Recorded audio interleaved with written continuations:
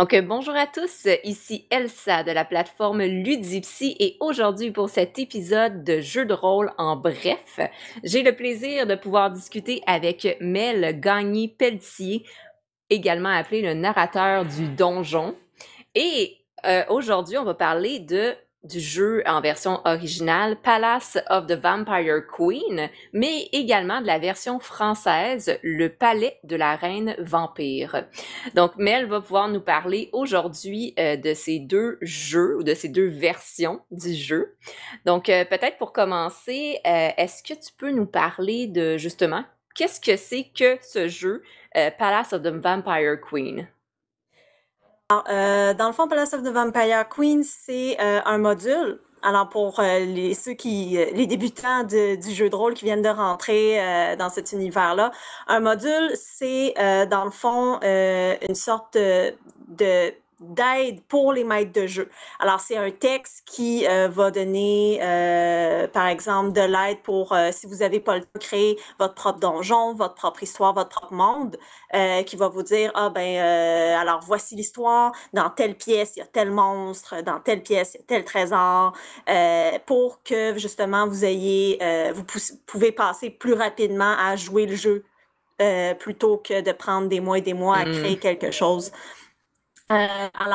Donc ça, c'est un module et donc Palace of the Vampire Queen est un module, le tout premier module jamais publié de l'histoire de Donjon Dragon, même du jeu de rôle en lui-même, ça a été publié en juin 1976 par Pete et Judy Kerestan. Donc, on peut se dire 1976, c'est plus vieux que moi. c'est ça, ça monte. Et c'est pour ça que j'ai vraiment, je vous le présente, parce que ça a une valeur historique vraiment importante, mais aussi parce que moi-même, ça a une valeur personnelle. J'ai une immense affection pour ce module-là. Et donc, je dirais que la version française aussi que tu mentionnes, en fait, c'est pas tant une version traduite littéraire mot pour mot de Palace of the Vampire Queen. D'ailleurs, Palace of the Vampire Queen, l'original n'a jamais été traduit. On peut malheureusement que le retrouver en anglais. La version française, dans le fond, c'est plutôt une tâche que je me suis moi-même donnée, non pas de traduction, mais de revitalisation. Alors, en fait, j'ai pris Palace of the Vampire Queen et je l'ai adapté à notre manière de jouer moderne, avec le style de Donjon Dragon 5 pour ce qui est des mécaniques de jeu, mais aussi pour ce qui est de l'intérêt du public et l'évolution de comment on joue le jeu de rôle. Parce qu'à l'époque, c'était beaucoup plus porte, monstre, trésor, alors qu'aujourd'hui, on a vraiment une dimension beaucoup plus riche et donc d'être capable que ça convienne à justement aussi un nouveau public qui viennent découvrir le jeu de rôle et donc qui ont des attentes qui sont différentes que les attentes du public de 1976. Et évidemment, vu que je suis québécois, j'ai écrit cette version-là en français. Oui. Présentement, elle n'est pas terminée. J'ai juste les deux premiers étages qui ont été publiés sur ma chaîne YouTube. Mais la troisième va s'en venir très bientôt, vers la fin de mars. OK. Oui, c'est ça, fin de mars. Fin mars. Et là, c'est super intéressant parce que tu le mentionnes, il y a la version originale qui remonte à il y a plusieurs années, 1976 quand même. Dans ce que tu fais avec le narrateur du donjon, c'est que tu adaptes et modernises, on peut le nommer ainsi, ces versions-là pour les adultes. Excuse-moi, c'est drôle. Non, il est en mode jeu en ce moment avec sa sœur, alors vous allez l'entendre courir un petit peu partout, là. Donc, tu modernises justement avec le narrateur du donjon ce module-là pour l'adapter, oui, en version française, mais pour le rendre accessible, comme tu as dit, au plus de gens possible. Puis, dans The Palace of the Vampire Queen ou justement le palais de la Reine Vampire, c'est quoi au juste l'histoire narrative? Ça parle de quoi? Alors, dans le fond, comme majorité de trucs de Donjon Dragon, on peut s'attendre à un univers de fantasy médiéval, assez Tolkienesque, donc elfes, nains, tout ça. Évidemment, l'histoire originale du module était un peu, je dirais, j'ai juste le mot en anglais, ça m'énerve. Bare bone. Il manquait un petit peu, je dirais, c'est le strict minimum. Oui, oui. Que c'était vraiment le strict minimum pour juste donner une raison aux joueurs d'entrer dans le donjon. Alors, évidemment, moi, j'ai étoffé un peu plus la trame narrative, mais il y a quand même quelques éléments clés qui sont restés les mêmes, parce que, évidemment, mon but était d'essayer de rester le plus fidèle possible à la version originale. Donc, pour faire grosso modo un résumé, il y a 3 siècles de cela, il y a une reine mourante qui a été amenée à son tombeau. Et depuis, la région qui est autour du tombeau est sous le joug d'attaques de vampires. Jusqu'au jour où une princesse naine est kidnappée par les vampires et les héros sont envoyés à sa rescousse dans le tombeau. Alors, et ce que j'ai trouvé d'ailleurs vraiment intéressant, c'était dans Vampire Queen original, c'est vraiment une princesse naine. Et c'est très rare parce que souvent, tu sais, on s'attend à ce que ce soit, tu sais, surtout dans les époques 70-80, tu sais, c'était très, en particulier les années 80, c'était très l'époque macho man. Puis c'était toujours, tu sais, quand on regarde surtout les jeux vidéo des années 80, tu sais, c'est très, faut sauver la princesse. Quasiment 70% des jeux, le but, c'est sauver la princesse. Alors là, tu t'attends à la princesse Peach ou la princesse, c'est la belle blonde aux longues jambes et tout ça. Et là, c'est comme non, là, ça devient Vampire Queen, c'est une princesse naine. Alors, j'ai trouvé ça vraiment génial. J'étais comme nice, tu sais, ça change vraiment. Puis en même temps, il y a aussi tout le côté. En plus, si tu sauves une princesse naine, les nains sont un peuple riche. Alors là, c'est comme nice, ça apporte un oomph. Dans la version originale, ce que j'ai pas gardé, mais ce que je trouve quand même intéressant de souligner, ce que j'aime aussi, c'est dans la version originale, ça se passe sur une île. Alors, des nains qui vivent sur une île plutôt que sur une montagne, une chaîne de montagnes, ça aussi, j'ai trouvé que c'était quelque chose de vraiment, tu sais, très original pour l'époque. Puis j'étais comme, tu sais, je l'ai pas gardé, malheureusement, parce que j'avais déjà créé mon propre univers, ma propre carte, qui est basée, en fait, sur la carte du... voyons, je vais finir par le dire.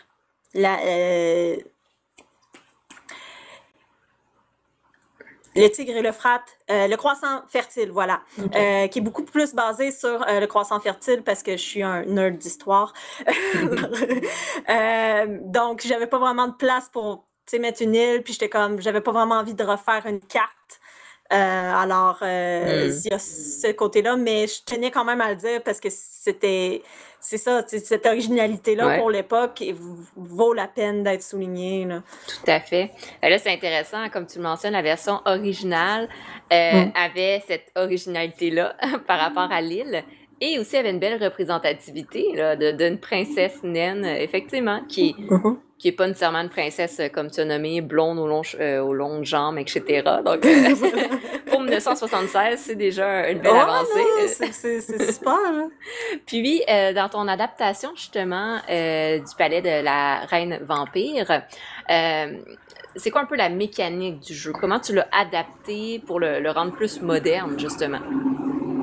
Ben déjà, comme je disais, je l'ai passé au système de jeu Donjons et Dragons 5 parce que on s'entend, tu sais, 1976, c'était avec le système de règles originales de Donjons Dragons, le tout premier. Et pour quelqu'un qui n'a pas commencé avec ce système de jeu-là, ça peut être assez... quasiment alien comme système de jeu.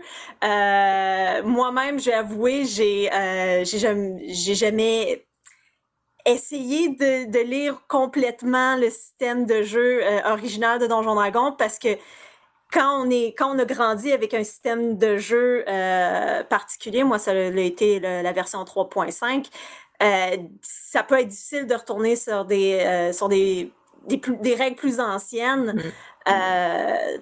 comme par exemple, dans les règles originales, je pense qu'il y avait 3 classes différentes dans les règles de base. Après ça, il y a eu Ouais.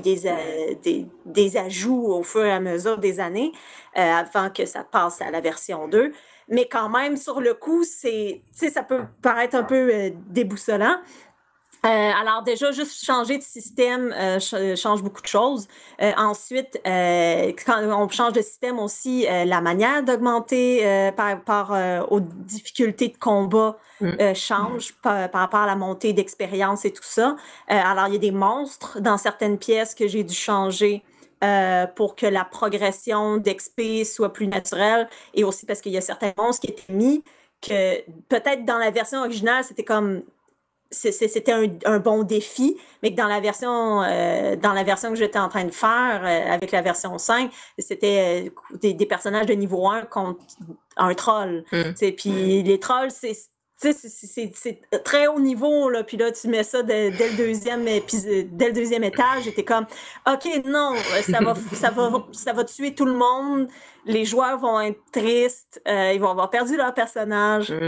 Alors, tu sais, parce que peut-être un mort, c'est correct, mais si c'est l'équipe au complet qui meurt seulement sur le deuxième étage alors qu'il y en a 5, tu sais, ça gâche un peu le fun. Yeah. Puis le but d'un maître de jeu, tu sais, après tout, c'est d'avoir du fun avec ses joueurs. Alors, donc, c'est pour ça que ça a été nécessaire de faire ces changements-là. Puis c'est pour ça que je dis que même si j'ai essayé d'être avec mon adaptation, d'être le plus fidèle possible à la version originale, il y a quand même des modifications qui étaient nécessaires, justement. Aussi des monstres qui existaient dans la version originale qui n'existent plus. Comme par exemple, il y avait des tiques géantes à l'époque.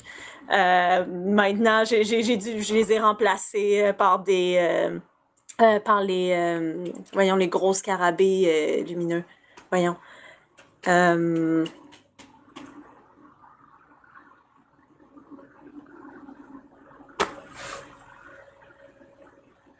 Ben voyons.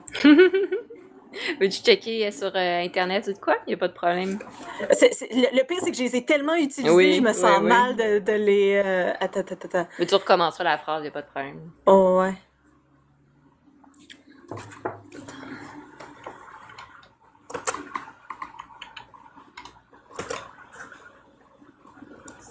Les punaises de feu. Oh, des punaises. Ouais. Alors, c'est ça, j'ai dû les changer pour des punaises de feu géantes. Alors, c'est quand même, ça se rapproche, mais... alors, c'est des petites modifications comme ça qui ont été nécessaires, mais en règle générale, je dirais pas que c'est la même chose, mais je dirais que l'essence a été le plus possible préservée. Génial! Parce que c'est un beau travail, puis c'est souvent un grand défi de garder l'essence d'un jeu original, mais tout en l'adaptant justement au contexte actuel aussi, puis pour le rendre accessible au plus de gens possible. Puis, justement, puis je pense que tu en as un peu parlé au fur et à mesure, mais selon toi, c'est quoi l'élément de force de cette version-là française, et version ajustée, modernisée du Palais de la Reine Vampire? Ben, je veux dire, je veux pas stroker mon ego, là, mais je dirais que ma version, comme par exemple, la version originale serait plus adaptée, par exemple, à des joueurs expérimentés qui ont une préférence, justement, pour un peu nostalgique. Je recommanderais pas celui d'origine pour des nouveaux joueurs. Alors, au moins, ma version permet de servir autant des nouveaux que des anciens qui ont une préférence pour un style un peu plus moderne. Et aussi, un autre truc, c'est la version originale mentionne pas le nombre maximum et minimum de joueurs. Alors moi, je me suis assurée vraiment que ce soit une aventure qui puisse fonctionner autant pour les joueurs solo que des groupes de maximum 6. Évidemment, de mettre les niveaux, d'adapter les niveaux pour que ce soit possible. Aussi, il y a... je dirais que la force des deux, autant la version originale que ma version, l'humour. La version originale est incroyable de ce côté-là. Le donjon est loufoque, il est absurde, il est brouillon, débalancé, mais je vous jure, c'est ce qui fait son charme. C'est d'une beauté incroyable. Il y a mon personnage préféré, je dirais, qui met tout de suite, qui donne un peu une bonne idée de le trait d'humour qu'il y a là. Au premier étage, il y a un personnage, c'est un vieillard et il y a 25 chats. Et il est juste caché dans un donjon, envahi par les vampires. Et c'est un vieillard totalement fou et c'est 25 chats. Et si on est gentil avec lui, il donne une carte. Et si on est méchant avec lui, les 25 chats se jettent sur nous et nous mettent en pièces. C'est magnifique. Sérieusement, j'ai essayé le plus possible de préserver ces petits bouts-là parce que c'est tellement précieux. Effectivement. C'est tellement précieux et j'adore ça. Donc, j'en comprends que vraiment ce qui fait l'originalité puis ce qui fait la force des deux versions, tu sais, autant la version originale que ta version que tu as retravaillée, c'est vraiment l'utilisation de l'humour dans les scénarios, dans l'histoire. Tu parlais justement de l'homme avec les chats. Combien de chats déjà t'as dit? 25 chats. 25. Mais il y a aussi, oui, il y a la trace du mot, mais ce qui est bien aussi, c'est qu'il n'y a pas seulement ça. Alors, si vous voulez une atmosphère un peu plus aussi, parce que ça reste quand même un tombeau, tu sais, alors il y a le classique squelette, cérémonie mortuaire, comme ça. Alors, il y a des cultistes, des trucs qui vont plus vers une atmosphère sombre aussi. Et il y a beaucoup aussi d'atmosphère, des fois de mystère, de trahison, tout ça, parce qu'il y a différentes factions sur chaque étage qui sont parfois alliées, parfois opposées, que diplomatiquement on peut retourner l'un contre l'autre. Alors, il y a ça aussi qui est intéressant, alors de vraiment, que oui, l'humour est une de ses grandes forces, mais de justement être capable de tisser ces liens pour être capable que ce soit pas juste c'est sombre, c'est sombre et sombre et sombre et dépressif, mais d'avoir aussi ce côté ou au contraire de pas juste c'est juste de l'humour, il y a rien à prendre au sérieux, puis finalement les joueurs finissent par juste massacrer tout ce qu'ils voient parce que c'est drôle, tu sais. Alors il y a vraiment d'être capable d'avoir ce juste milieu. Pour ceux qui veulent prendre ça un peu plus sérieux qui peuvent, que ceux qui veulent prendre ça un peu plus humoristique le peuvent, et de trouver justement ce juste équilibre. Je trouve que dans le truc original, il l'a. L'accent est un peu moins mis parce que comme je disais, c'est vraiment le strict minimum dans le truc original. Ils mettent pas beaucoup de descriptions d'atmosphère. Alors, j'ai essayé de mettre un peu plus l'emphase justement sur cette atmosphère-là dans la version moderne, vu que c'est quelque chose qu'on recherche beaucoup plus de nos jours. Effectivement. Donc, je pense que tu le nommes bien, dans la version moderne, il y a cet équilibre-là entre le sérieux, l'atmosphère justement de donjon et le petit côté humour qui est toujours plaisant de nos jours. Et c'est sûr que tu es le concepteur de la version française, le palais de la reine vampire. Et de ton côté, c'est quoi un peu ton expérience? Déjà, comment tu as découvert le jeu en version originale de 1976? Comment tu y as joué? Puis d'où te vient l'idée de l'adapter?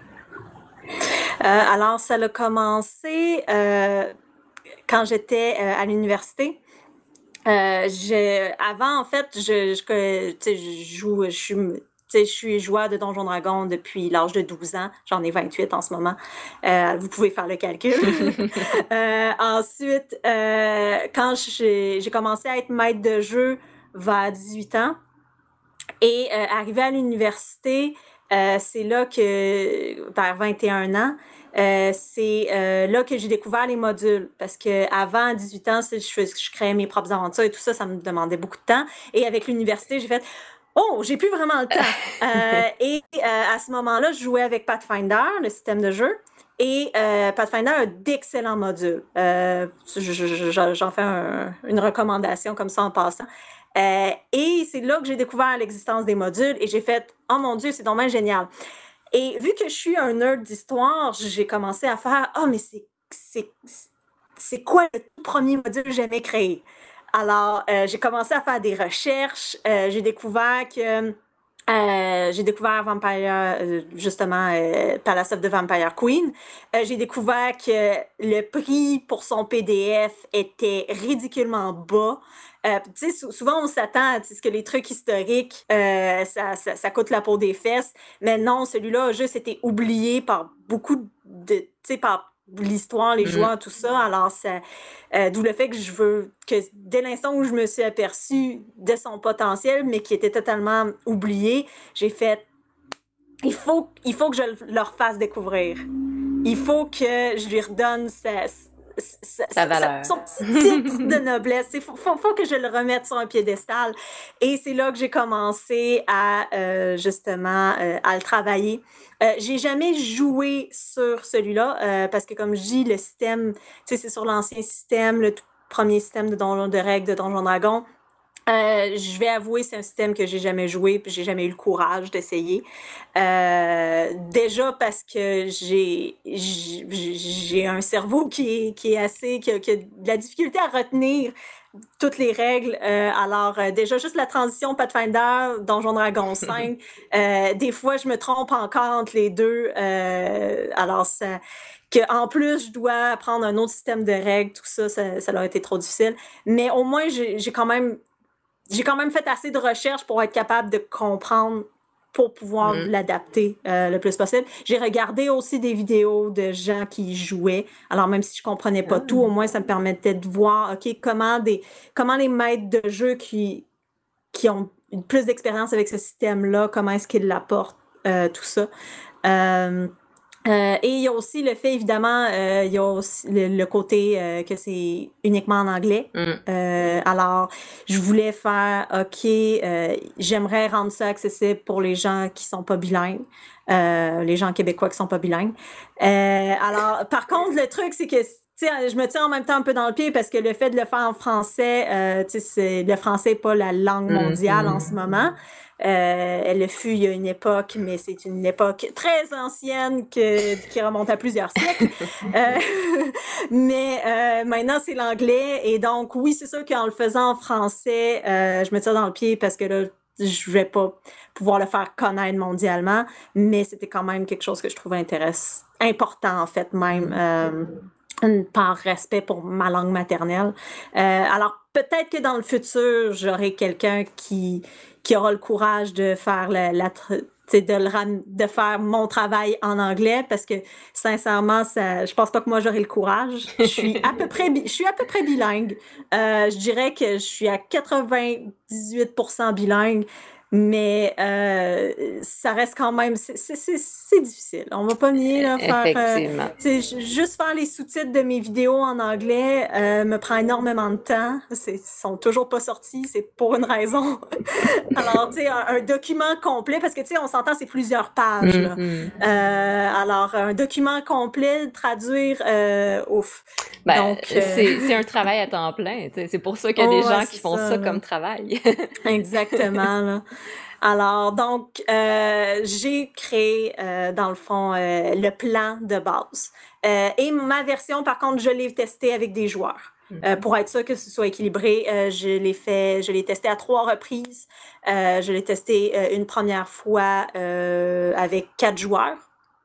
Je l'ai testé une seconde fois avec un unique joueur. et je l'ai testé avec un groupe de 6 à OK. différentes étapes aussi de construction. Parce que là, présentement, oui, je suis en train d'écrire la suite, mais quand je parle écrire la suite, c'est plus genre les descriptions de pièces, des trucs comme ça. Alors que quand je le faisais jouer, c'était plus voir est-ce que mécaniquement ça marche. Mhm. Alors oui, je donnais l'ambiance aux joueurs et tout ça, mais c'était plus improvisé sur le feeling, tout ça. Alors que là, c'est vraiment plus OK, c'est la version finale, faut mettre, faut vraiment que ce soit le plus professionnel possible. Mm. Parce que veux pas, je veux être fière aussi du travail Ben que je oui. remets aux gens. Là. Alors, puis aussi, c'est ça, donc d'avoir les commentaires de mes joueurs aussi, ça m'a permis de voir, OK, il y a telle modification que j'ai fait qui marchait pas, alors j'ai dû Mm. modifier le plan, la distribution des pièces, des fois aussi. Alors, ça l'a vraiment... alors, vraiment, parce que c'est très important de tester aussi le truc avant de le Tout à publier. fait. Parce que, tu sais, quand tu prépares un jeu juste pour tes amis, tu peux pas le tester avant. Alors puis tes amis sont un peu plus, ils vont te pardonner si tu fais des erreurs parce que c'est tes amis. Mais te présenter à genre 100, 1000 personnes, ou plus, selon, c'est Internet, on sait jamais à quel point quelque chose peut exploser ou pas. Mhm. Alors, Ouais, ouais. c'est ça, donc, ça...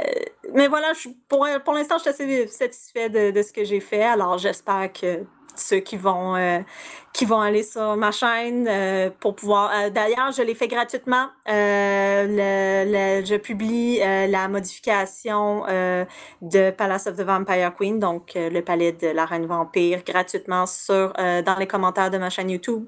Vous avez accès, dans le fond, c'est un lien sur un document Google Drive. Génial. Alors comme ça, vous pouvez y avoir accès gratuitement. Je fournis avec ça les cartes que j'ai fait moi-même. Je fournis avec ça un annexe de trésors que vous pouvez prendre ou plutôt jeter de côté puis mettre vos propres trésors. C'est vraiment aussi, ce qui est très important aussi puis mes vidéos dans le fond, en plus j'accompagne ça de vidéos pour les Mhm. maîtres de jeu pour leur donner des cues de OK, pourquoi j'ai fait cette modification-là, des conseils pour les maîtres de jeu qui débutent aussi. Alors vraiment, je pense que je mets vraiment beaucoup trop de trucs dans un truc qui est gratuit. Mais en même temps, comme je dis, c'est un projet de passion. Ouais. Alors, je pense que... On voit la Puis mon, passion. voilà. Puis mon but, j'ai toujours trouvé important qu'une passion, ça puisse être le plus accessible possible. Mm. Alors, c'est pas mal mon motto, tu sais, pour ce projet-là. Alors, j'espère Ouais. que vous allez l'apprécier, tout le monde. Puis, comme je dis, même pour celui original, s'il vous intéresse, s'il vaut vraiment la peine, puis juste, je pense, 8$ pour avoir le PDF par Internet. Alors, ça vaut aussi la peine, je vous encourage. Donc, très accessible. Je pense que Mm. tu le décris très bien. Et ça répond un peu à la question de où est-ce qu'on peut le trouver si on veut essayer justement le palais de la Reine Vampire. Tu l'as bien nommé sur la chaîne YouTube, le narrateur du donjon. Il y a des vidéos des modules. Il y a justement l'accès gratuit pour les modules. Donc, comme tu l'as bien nommé tout au long de l'entrevue, ben, c'est un jeu de rôle qui a été adapté, modernisé, mais basé sur The Palace of the Queen Vampire. Vampire Queen. Vampire Queen, et voilà, en anglais. Donc, autant la version originale que la version qui a été modifiée par Mel, les deux sont géniales, sont très intéressantes. Si vous voulez retourner dans cet aspect de la base et de vraiment du jeu de rôle. Donc, je vous invite, je vais mettre, bien sûr, les liens dans la descriptif de la vidéo. Et c'était, pour finaliser, c'était Mel Gagné-Pelletier, le narrateur du donjon, qui nous parlait justement de la version originale et la version modifiée du palais de la Reine Vampire. Donc, ben, merci beaucoup d'avoir participé. Puis, ben, pour tous ceux qui nous écoutent, je vous souhaite de passer une belle journée, bon après-midi, bonne soirée et à la prochaine! Ciao!